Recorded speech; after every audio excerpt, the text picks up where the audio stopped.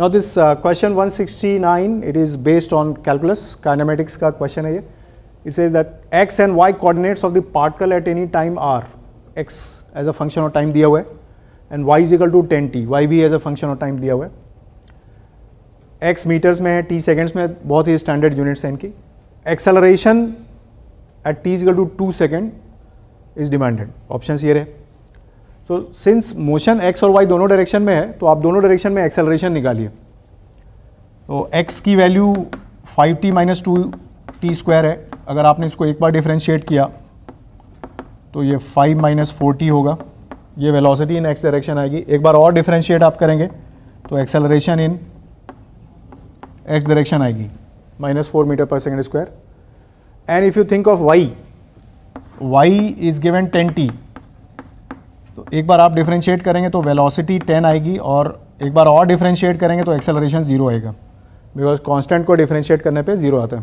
तो as you know ay की value already 0 है, तो नेट एक्सेलरेशन कितने के इक्वल होगा? नेट एक्सेलरेशन सिंपली ax के इक्वल हो जाएगा. तो that is equal to minus 4 metre पर सेकेंड स्क्वायर.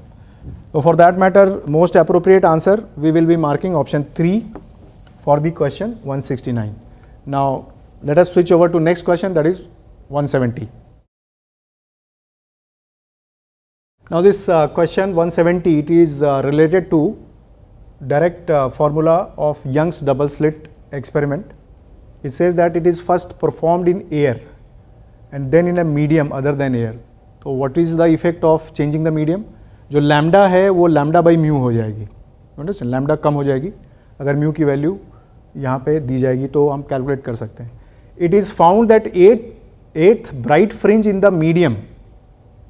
अब ब्राइट फ्रिंज की एक्सप्रेशन क्या होती है? ब्राइट फ्रिंज की है 8 lambda capital D upon small D, और अगर ये मीडियम में है तो ये म्यू से भी डिवाइड होगा.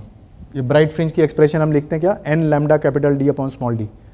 तो ब्राइट फ्रिंज 8 है इसलिए n की जगह 8 हमने सब्स्टिट्यूट कर दिया, और मीडियम है इसीलिए म्यू से डिवाइड भी कर दिया. Now they are saying lies where fifth dark fringe lies in air.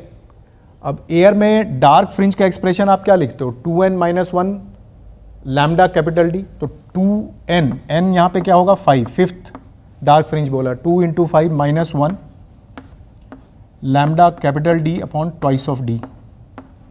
तो ये इक्वेशन सॉल्व करके आपको म्यू की वैल्यू निकालनी है. तो as you can see here this is 16 upon 9. So the most appropriate option for this mu is equal to 16 by 9 will be fourth option 1.78. So I will be marking option 4 for question 170. Now let us switch over to next question 171.